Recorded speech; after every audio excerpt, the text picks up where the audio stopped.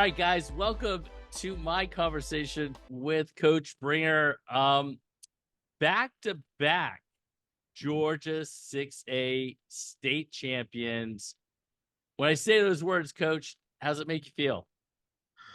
Um, when you just said that was probably the first time I got a little bit goosebumps behind it because it has been such a whirlwind this weekend that I almost feel like I haven't enjoyed it. Um, I don't. It was such a close match. I Hmm. almost felt like we lost it. I mean, we wrestled so bad in it, it almost felt like we lost. And it just like all day yesterday, I was just beating myself up. I felt like I got outcoached. We didn't wrestle very well. And then I'm doing an interview on the way home from the Effingham Herald, and the guy's like, "Hey, you just wrestled one of your worst duels and still won. You should be proud of that." And it was like the first time I said, "Yes, I am." But when you just said back to back, that was probably the first time I felt it. Because I went back to school this morning, and we won it for the first time a year ago, and our Yeah. school is still pretty cool about it. But we've won so much in the last 2 years where you can kind of tell it's weird that people kind of expect it. And it's so weird to be at South Effingham School in Effingham County where like they just thought we were going to win it anyways. And so I just went to school this morning. I was behind on work, and I just felt like, oh, I'm right back at work, grinding it out. And so I really just haven't enjoyed it. And when you Yeah. said that, it just kind of sunk in. That's Well, pretty darn well, cool. you know what? Let's put it in perspective, right? So there have been six programs in the entire state of Georgia who have won a 6A state title. There is only six, and there's only three programs Wow. that have won two or more. Archer back in the 2016, 17, 18, like that time when they were dominant. Buford before they moved up to 7A, and you guys. Oh, that's That's crazy. that's some elite Crazy. company to be part of. Yeah. And we're just and like when you say those names, and I remember when Archer had some big names on that team. And again, I just tell people like we're just, there's just no names that stick out. No one's like calling me up, hey, can my kid wrestle on this club team or this club team? It's just we're just a bunch of kids who wrestle year round and wrestle some basic positions pretty good and that's it. We're Well, not strong, and we're not wrestle fast, hard. They wrestle bring their hard, yeah. lunch pails Yeah. and they go to work. I mean, let's be honest.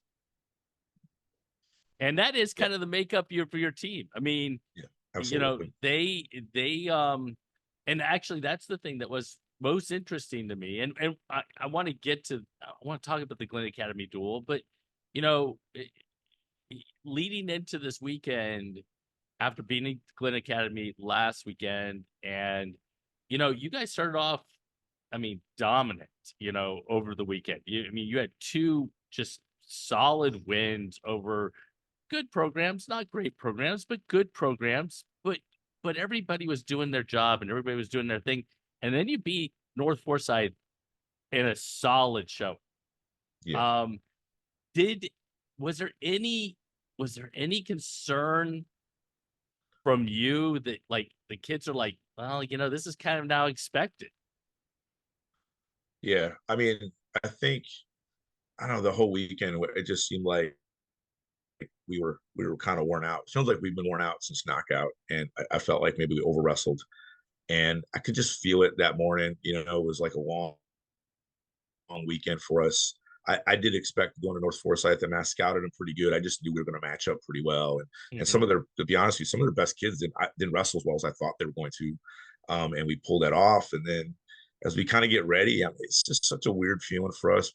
I mean, going into that finals, it's like I'm just looking at these kids who I've been with forever and just saying, "Hey, we're gonna go do something that no one in our county might ever do again. And let's go do it." And I'm looking at these very, very great kids, common kids, and myself was like, just turned 50, and I'm like, let's go do it. And I don't know, it was the whole last year, like I just felt it more, and this year I had a lot of I was super confident all year until these last 2 weekends, and I just like I felt like something was gonna slip.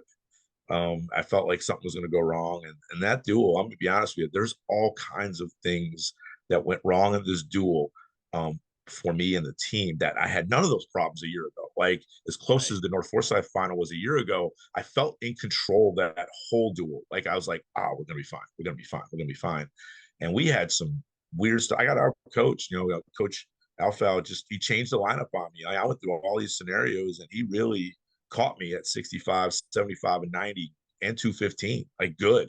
And I was like on the ropes, and I give him more. I felt. I mean, I was getting interviewed yesterday, and I like the Glynn kids wrestled so freaking hard. I mean, it was almost like I walked over and hugged Coach Wakeland, which I've known for a few years, when we are waiting for the tiebreaker, and I was like, "This is insane that someone's got to lose this," because I mean they wrestled so hard, and their coaches did such a good job, and it was such a great feeling at the end because there wasn't like no one said anything negative. It was that both teams were extremely respectful to each other. As coaches, I thought we were pretty heated in the duel last week and this week, but we just kind of came together and just kind of like, wow, that was wild. And both Well, of us being from the same region too. yeah, and I wanted to ask you that because that familiarity can be positive and negative. I mean, it can be Yeah. one of those just kind of double-edged swords, and especially with a team like you guys who have been on the winning side of it, that they've got a built-in motivation. Yeah. It's easy for them to be motivated to try to knock you guys off. So, um, I just it's one of those things, and we're gonna go through the duel because the duel, for anybody who didn't get to see it, I went back and watched it on Track Wrestling, was wild, was Wow. absolutely wild. But what was the thing as far as and those are my dogs, I apologize. What was the thing as far as talking to your kids before the match? I mean, they have such familiarity with that squad. Yeah. I mean, it wasn't anything. I mean, we just kind of like warmed up like it was like any other duel. I don't Hmm. I don't know why. I mean, it was a long day. I mean, we were like, we had like we weigh in, we had like 4 hours to the semifinals, and it was just a weird day. And my team didn't want to go back to the hotel after weigh-ins. They wanted, my senior captain was like, "We're gonna stay here and stay locked in." And I was really impressed that they wanted to stay and watch the duels and do nothing but wrestling. The other three semifinal teams all left, and so we kind of sat around 4 hours, wrestled a semifinal, wrestled good, and then we just kind of warmed up for like an hour. We were super loose, and it wasn't like it was more of we know what we came here to do. Let's just do what we came here to do. It wasn't like Right. this hoorah rah. We had been there before. It had been a goal since last year. A lot of people didn't believe in the summer that we'd repeat. I did. And we lost three starters in October. We lost a number one at 165 with Ashton Tootle because he went early degree program. I lost a 13 pounder and I lost a really good 75 pounder, all like in the beginning of the year. And I just kept telling my coaches, like, can't do nothing about that. We're just going to train up the next guy. And that's what we did in the Army when I was in the Army for 8 years. But I just can't dwell on who's not here.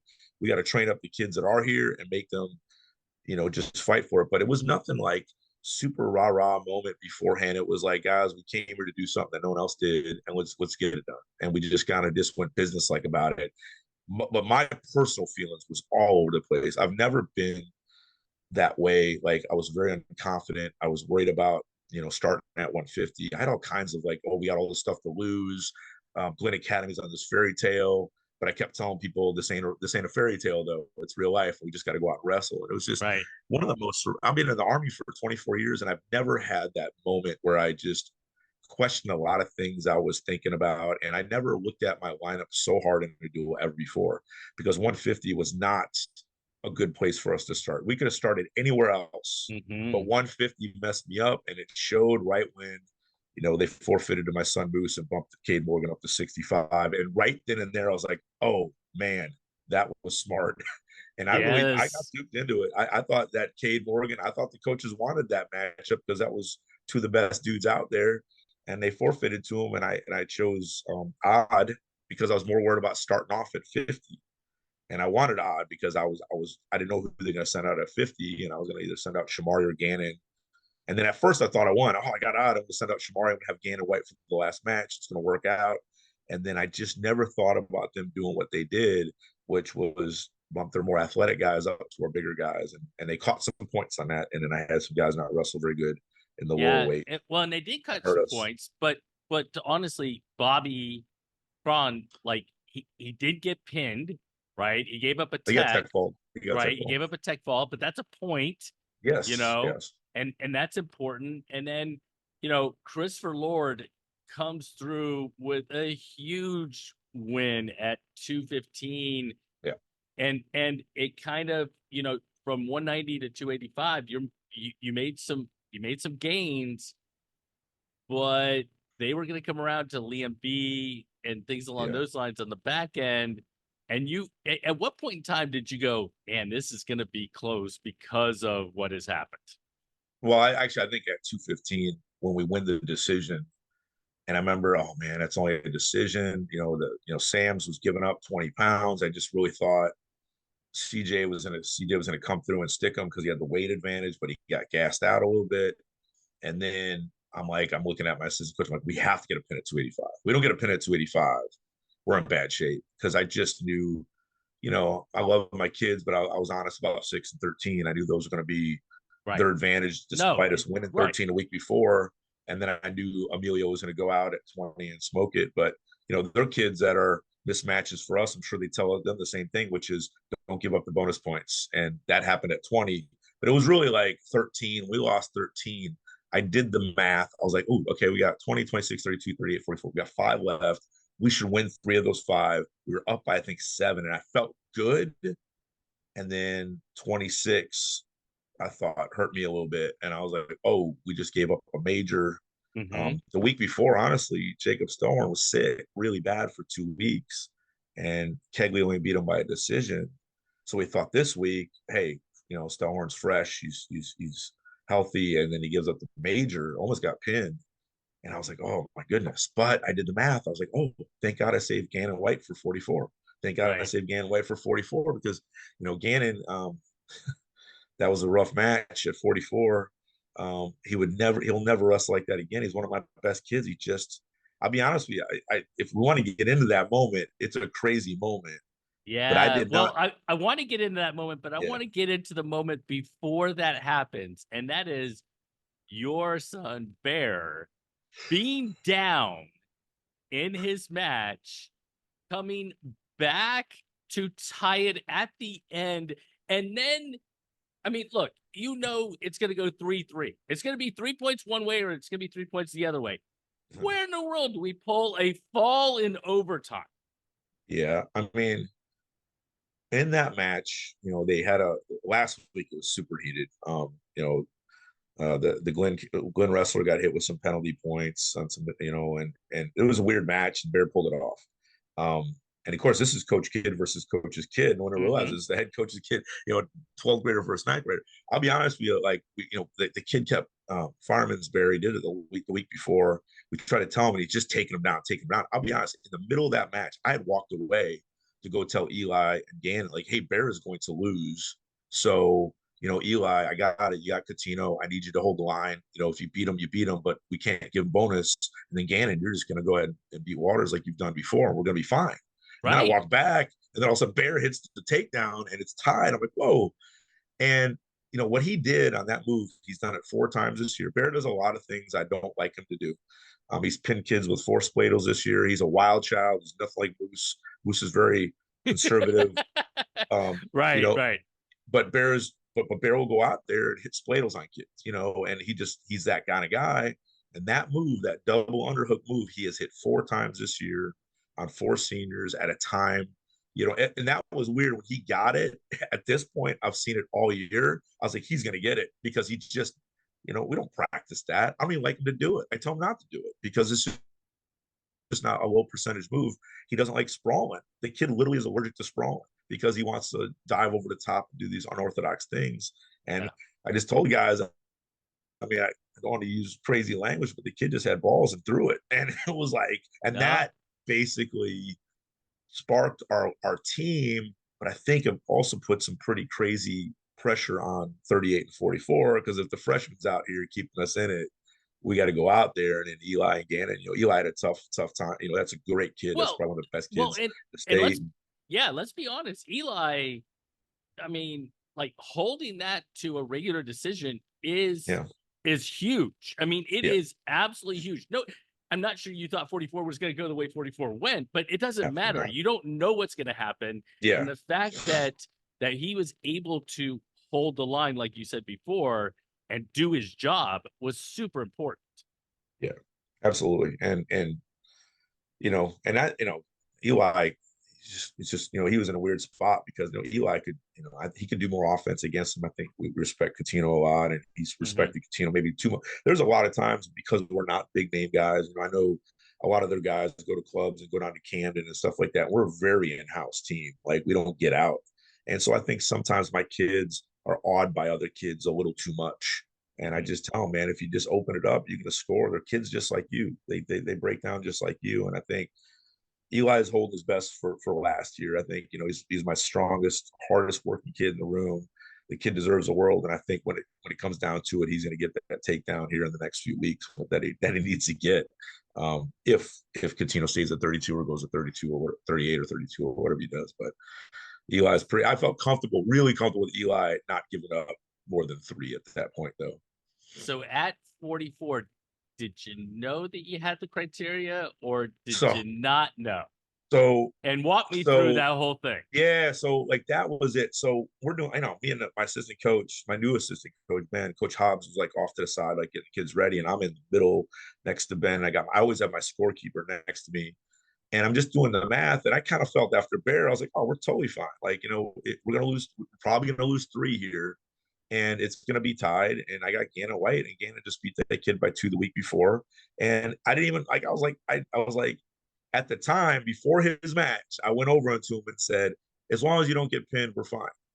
I didn't even know that we actually had criteria before that match Ah, because okay. I don't even look at it because I just assume Gannon's going to win. I don't even think nothing of it. Oh, Gannon's going to be a hero.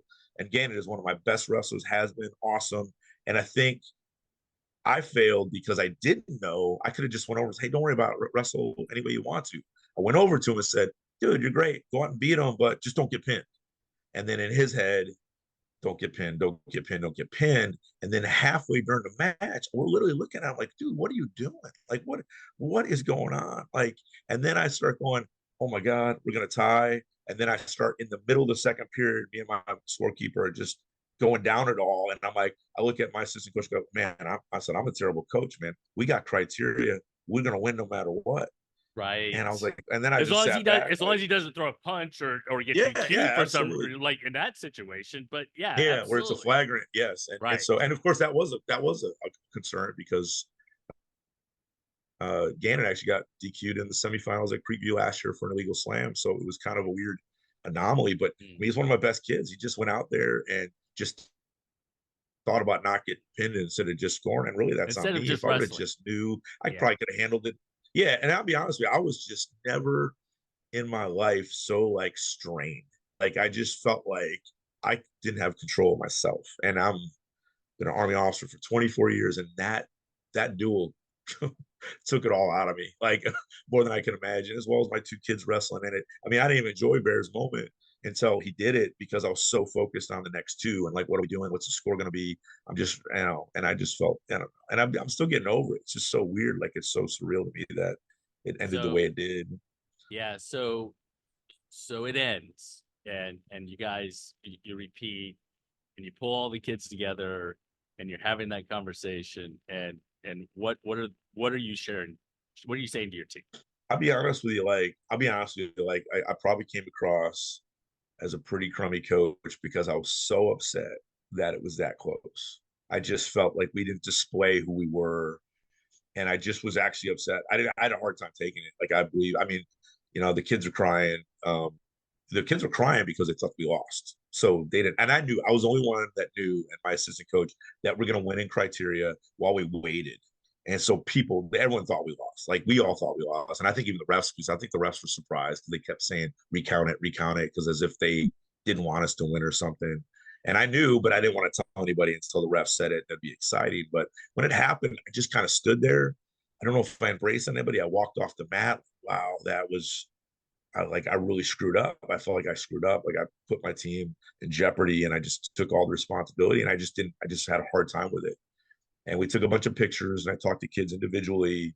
And it Mhm. wasn't really till we got home yesterday off the bus, and our families are there. We got like 500 people at our school waiting on us. And I said what Mr. Heath told me from the Effingham Herald. He goes, God, we wrestled our worst dual meet I've ever coached in my life, and we still won. That really says a lot about our team and the work we put in. And that's was the first time I said, man, I just, and I'm just really hard.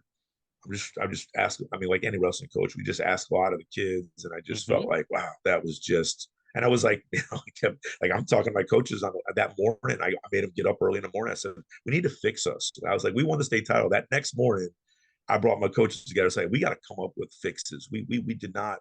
Our kids didn't wrestle well. That's on us. We have to look at ourselves first. And I was like, my coach was like, let's enjoy it. I'm like, no, we got to get better, man. We got to get better. And that's all I kept thinking about.